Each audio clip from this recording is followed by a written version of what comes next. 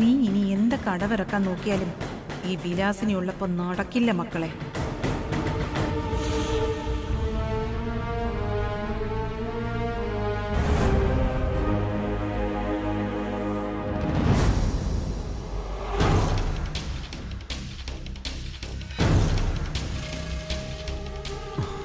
തിരുമേനി, ഞാൻ ശ്രീനന്ദൻ നമ്പൂതിരിയുടെ അനന്തരവനാ.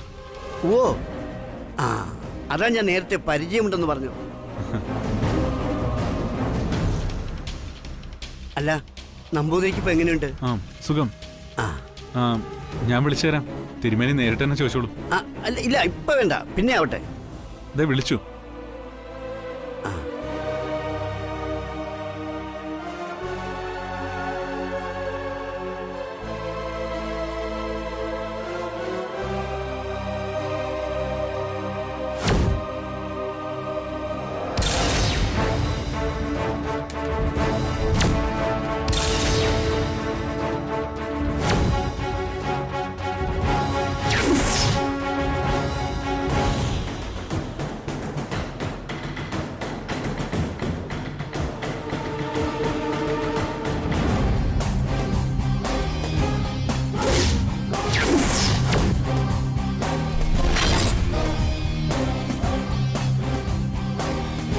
ജാതകം മാറ്റിവെച്ച് ഫലത്തിൽ കല്യാണിയും ആനന്ദം തമ്മിലുള്ള നിശ്ചയമാക്കി മാറ്റണം. അതല്ലേ ഉദ്ദേശം? നോക്കിക്കോടാ പൊട്ടരെ, നിന്നെ ഞാൻ തൃച്ചംബരത്ത് നിന്ന് ഭ്രഷ്ട് കൽപ്പിക്കും. ശരി ശരി ശരി. സോറി, അർജന്റ് കോളായിരുന്നു, അതാ ഗുരുജി. അപ്പൊ ഇനി ചടങ്ങ് തുടങ്ങാം അല്ലേ? അഖിലേച്ചി, ഇളയമേ,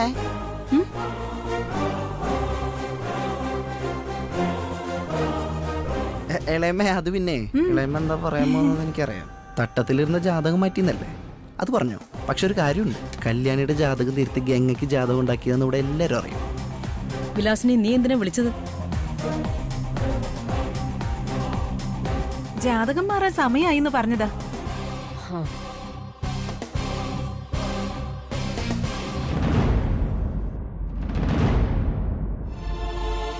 ആദ്യം ആനന്ദകൃഷ്ണന്റെയും ഗംഗയുടെയും ജാതകത്തട്ടുകൾ പരസ്പരം കൈമാറാം.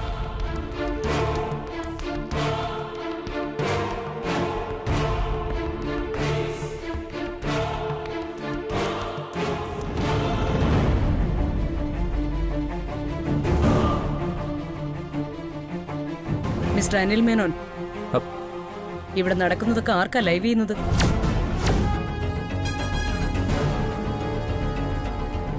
ചോദിച്ചത് കേട്ടില്ലേ? ആർക്കാണ് ഈ ലൈവ് സംപ്രേഷണം? മാഡം, അത് പിന്നെ പറയൂ, ആർക്കാ ലൈവ് ചെയ്യുന്നതെന്ന് ചോദിച്ചത് കേട്ടില്ലേ? ഇങ്ങെടുക്ക് നോക്കട്ടെ.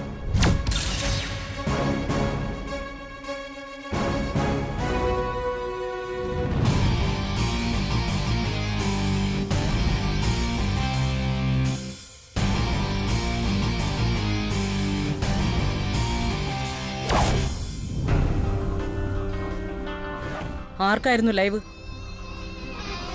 അത് ആന്റി, അതെന്റെ കൂട്ടുകാരിയാ. ബാംഗ്ലൂർ അവള്. നിശ്ചയം ഒന്ന് ലൈവായിട്ട് കാണിക്കണെന്ന് പറഞ്ഞതുകൊണ്ടാ ഞാൻ അച്ഛനോട് പറഞ്ഞത്. മാത്രല്ല, അവൾ അഖിലേന്ത്യയുടെ ഒരു ഫാനാ. അതെ മാഡം, അതാ സത്യം. ശരി, ആ കൂട്ടുകാരിയെ തിരിച്ചു വിളിക്കേ. വിളിക്കേ.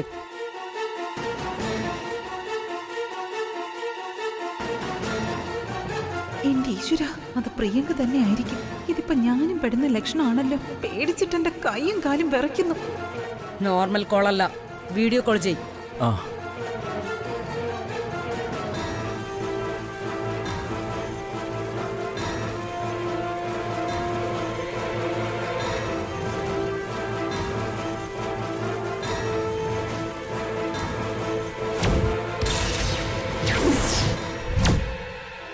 Hi Andy, how are you? Fine, how are you? ഇന്ന് എനിക്ക് ഒരുപാട് സന്തോഷം തോന്നുന്നു. ആന്റിയോട് സംസാരിക്കാൻ കഴിഞ്ഞല്ലോ. ഗംഗയോട് പോലും ഇപ്പൊ ഒരു പ്രത്യേക സ്നേഹം തോന്നുന്നു. അവള് കാരണല്ലേ എനിക്കിപ്പോ ആന്റിയോട് സംസാരിക്കാൻ കഴിഞ്ഞത്. ഓക്കെ, നാട്ടിൽ വരുമ്പോ ഒരിക്കൽ വാ, നേരിട്ട് കാണാം.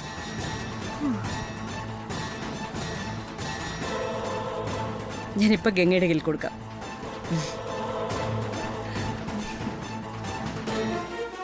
Hi Ganga, thanks a lot. ശരി.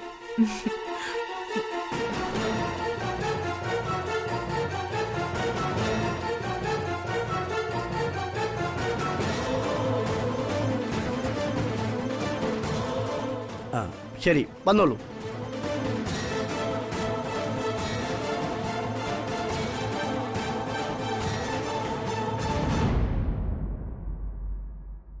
കല്യാണി, നീ വിഷമിക്കണ്ട.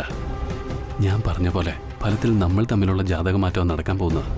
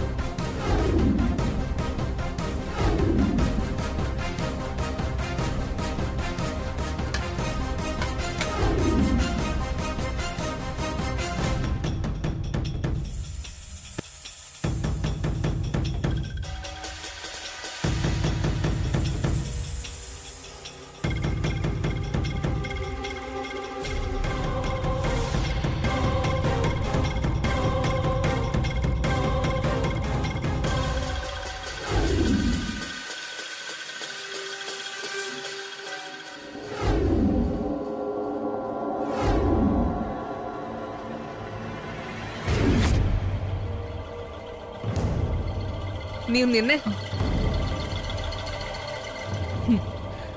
ഈ ഭൂലോകം വെട്ടിപ്പിടിച്ച സുഖമുണ്ടല്ലേ നിന്റെ മനസ്സിനിപ്പോ. പക്ഷെ ഈ സുഖം അധികകാലം നീണ്ടു നിൽക്കുമെന്ന് നീ കരുതണ്ട. സമ്മതിക്കില്ല ഞാൻ. ഗംഗേ, നിന്റെ സമ്മതത്തിനും വിസമ്മതത്തിനും എന്റെ കാര്യത്തിൽ ഞാൻ പുല്ല് വില പോലും കൊടുക്കുന്നില്ല. നീ നല്ല ഉദ്ദേശത്തോടു കൂടിയല്ല തൃച്ചംബരത്ത് വന്നതെന്ന് ഞാൻ പറഞ്ഞില്ലേ. ചില തെളിവുകൾ കൂടി കിട്ടിയാ പിന്നെ നിന്റെ കാര്യത്തിലൊരു തീരുമാനമാവും. ഈശ്വരൻ എന്റെ കൂടെയാ. അതുകൊണ്ട് തന്നെ നിന്റെ ഉദ്ദേശങ്ങളൊന്നും നടക്കാൻ ഞാൻ സമ്മതിക്കില്ല. എന്നാ നീ കേട്ടോ, ഇനി നടക്കുന്ന ഫംഗ്ഷനിൽ വെച്ച് നിനക്ക് ബോധ്യപ്പെടും ആരാണ് തൃച്ചംബരത്തെ മൂത്ത മരുമകളെന്ന്. തൃച്ചംബരത്തെ പരമ്പരാഗത ആഭരണങ്ങൾ ആന്റി എന്നെ അണിയിക്കുന്നത് നീ കൺകുളർക്കെ കണ്ടു. അപ്പൊ മനസ്സിലാവും തൃച്ചംബരത്തെ മൂത്ത മരുമകൾ നീയാണോ അതോ ഞാനാണോ എന്ന്. അടുത്ത അഖിലാണ്ടേശ്വരി ഞാനോ? അതിനൊരു സംശയം വേണ്ട നിനക്ക്. കാത്തിരുന്നു.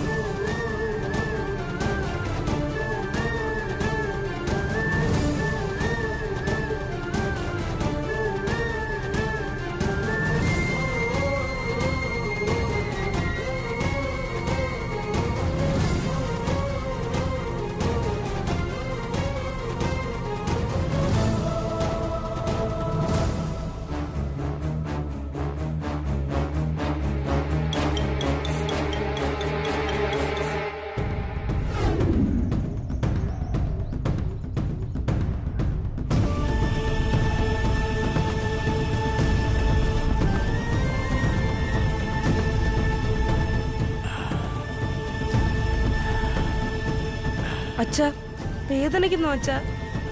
മോനെ, നിന്റെ ചേച്ചിയുടെ കല്യാണം മുടങ്ങുന്നതാ അച്ഛന് ഏറ്റവും വലിയ വേദന. ഇതൊക്കെ സഹിക്കാവുന്നതേ ഉള്ളൂ. കല്യാണമൊക്കെ തലവിധി പോലെ നടക്കുള്ളൂ എന്ന് അച്ഛൻ തന്നെയല്ലേ പറഞ്ഞത്? എന്നിട്ടും അച്ഛൻ എന്തിനാ ഇങ്ങനെയൊക്കെ? നിന്റെ തലയിലെഴുത്താണോ അതോ അച്ഛൻ ചെയ്ത പാപാണോന്നറിയില്ല. പല പല കാരണങ്ങൾ വന്ന് എന്റെ മോളുടെ താലിഭാഗ്യം തട്ടിത്തട്ടി പോവുക.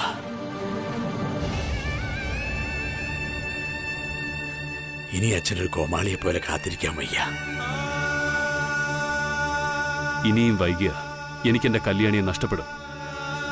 പകരം വയ്ക്കാനാവാത്ത ആ നഷ്ടം പേറി ജീവിക്കാനൊന്നും ഞാൻ ഒരുക്കമല്ല.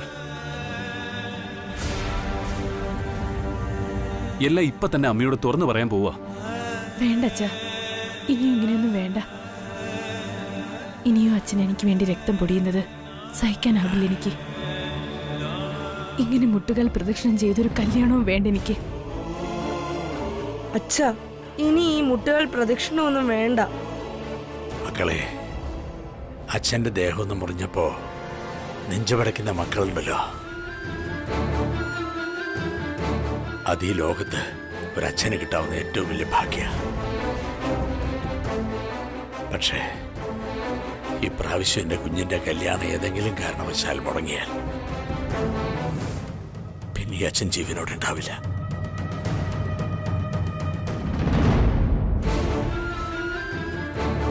ജീവനോടെ വരാൻ പറ്റുമെന്ന് തോന്നുന്നുണ്ടോ ബ്രോയ്ക്ക്?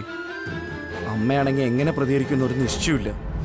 ഒന്നോട്ടെ, കല്യാണിയെ നഷ്ടപ്പെടുത്തുന്നതിലും വലിയ വേദനയൊന്നും അതിനുണ്ടാവുമെന്ന് എനിക്ക് തോന്നുന്നില്ല. ഇനിയും അമ്മയോട് പറയാതിരിക്കാൻ എനിക്കാവില്ല. ഈ അവസ്ഥ തുടർന്നാൽ ഞാൻ ശ്വാസം മുട്ടി മരിക്കും.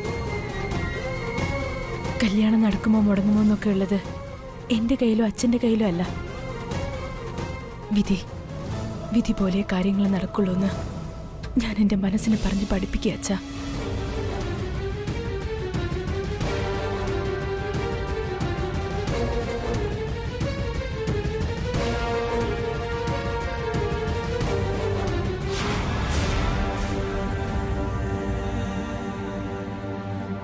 നേടിയെടുക്കാനാവാത്തതിനെ വിധി എന്ന് ചെല്ലപ്പേരിട്ട് വിളിച്ച് സമാധാനിക്കാനൊന്നും ഞാൻ ഒരുക്കമല്ല.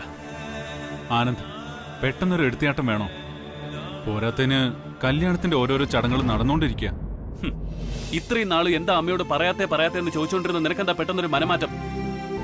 ഞാൻ നിന്റെ അമ്മയോട് കല്യാണി ഇഷ്ടമാണെന്ന് പറയാൻ നിർബന്ധിച്ച സാഹചര്യം വേറെ, ഇപ്പോഴത്തെ സാഹചര്യം വേറെ.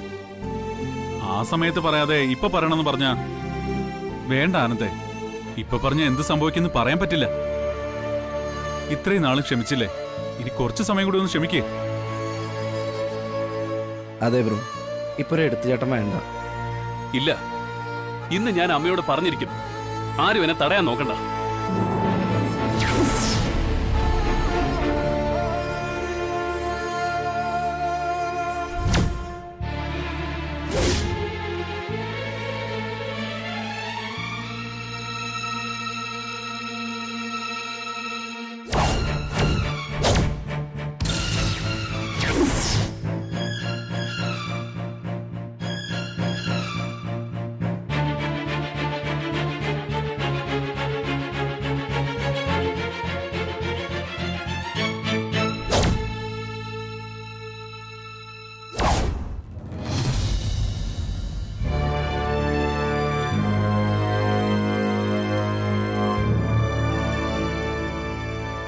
നീ എന്തിനുള്ള പുറപ്പാടാ?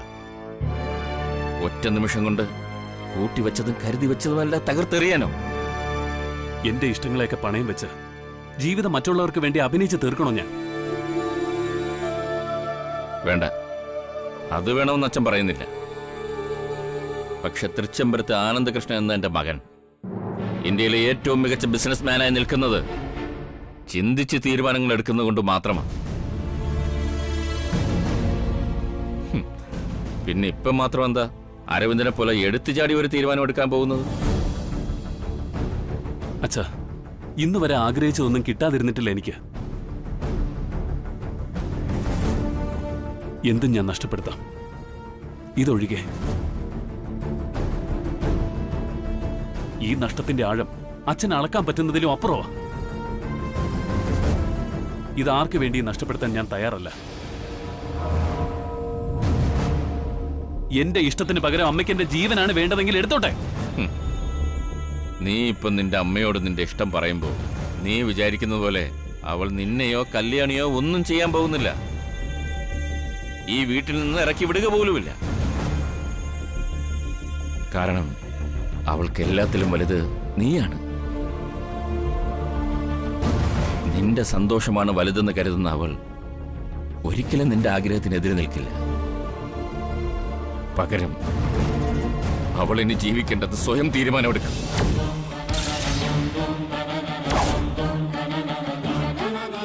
അമ്മ അങ്ങനെയൊന്നും ചെയ്യില്ല അച്ഛാ. അച്ഛൻ ടെൻഷൻ അടിക്കണ്ട. അതിന് ഒരു ഉത്തരമേ ഉള്ളൂ. നിന്നെക്കാൾ അവളെ എനിക്കറിയാം. നിനക്കറിയോ, ഞാൻ അന്നൊരു ദിവസം നിന്നെ കൊണ്ടൊരു സത്യം ചെയ്തു വാങ്ങാൻ തുടങ്ങിയപ്പോ അഖില കയറി വന്നത്.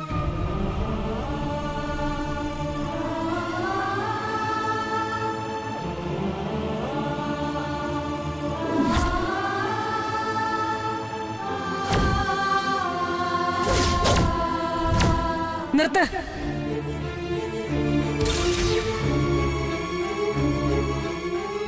അങ്ങനെ സംഭവിക്കാൻ പാടില്ല.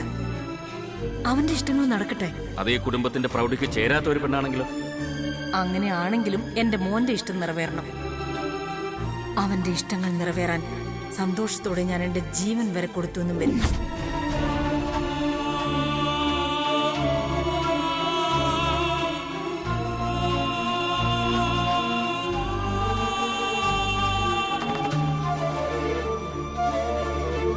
ഇനി പറയാനെന്തേ? നിനക്ക് അഖിലയോട് ഇപ്പം നിന്റെ ഇഷ്ടം പറയണോ? അച്ഛനെ തീർക്കില്ല. നീ ആലോചിച്ച് എന്താണെന്ന് വെച്ചാൽ തീരുമാനമെടുത്തു.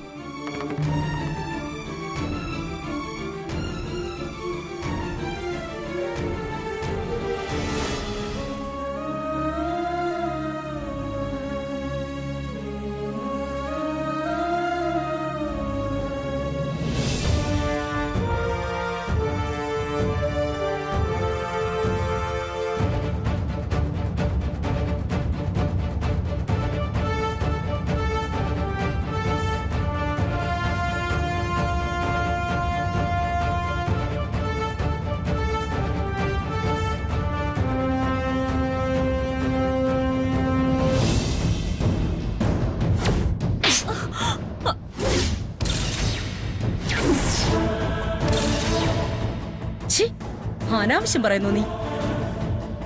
അഖിലേ,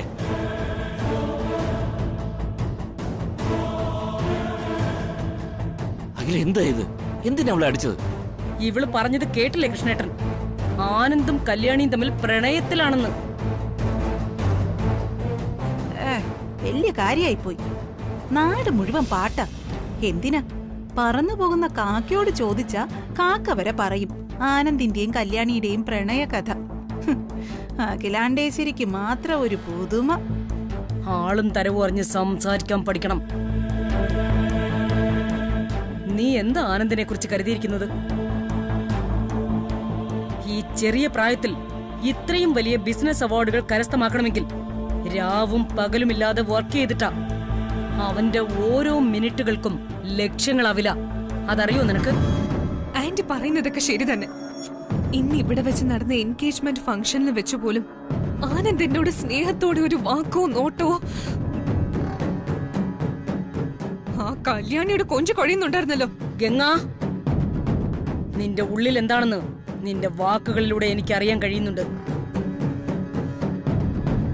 നീ ഒന്നോർത്തോ, നിന്നെ പോലൊരു പെണ്ണിന് ചിന്തിക്കാവുന്നതിനും അപ്പുറമാണ് ആനന്ദ്. എന്റെ ആനന്ദിന്റെ ഉള്ളിൽ നീ വിചാരിക്കുന്നത് പോലൊരു ചിന്ത പോലും ഉണ്ടാവില്ല. അതെനിക്ക് ഉറപ്പാ. ഞാൻ വിശ്വസിക്കാം ആന്റി. പക്ഷെ ആന്റി പറഞ്ഞ കാര്യം ആനന്ദിന്റെ നാവിൽ നിന്ന് കേൾക്കണം എനിക്ക്. യെസ്, അത് ഞങ്ങളുടെ മകളുടെ ന്യായമായ ഒരു ആവശ്യമാണല്ലോ മാഡം. ആ കാര്യത്തിൽ എനിക്ക് ഗംഗയുടെ അഭിപ്രായമാണ്. ആനന്ദ് പറയട്ടെ. ആനന്ദ്,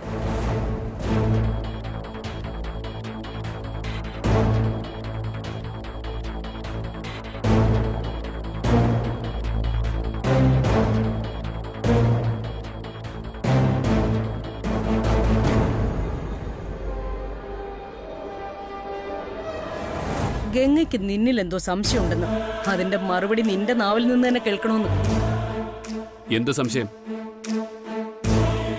നീയും കല്യാണിയും തമ്മിൽ പ്രണയമാണെന്ന്.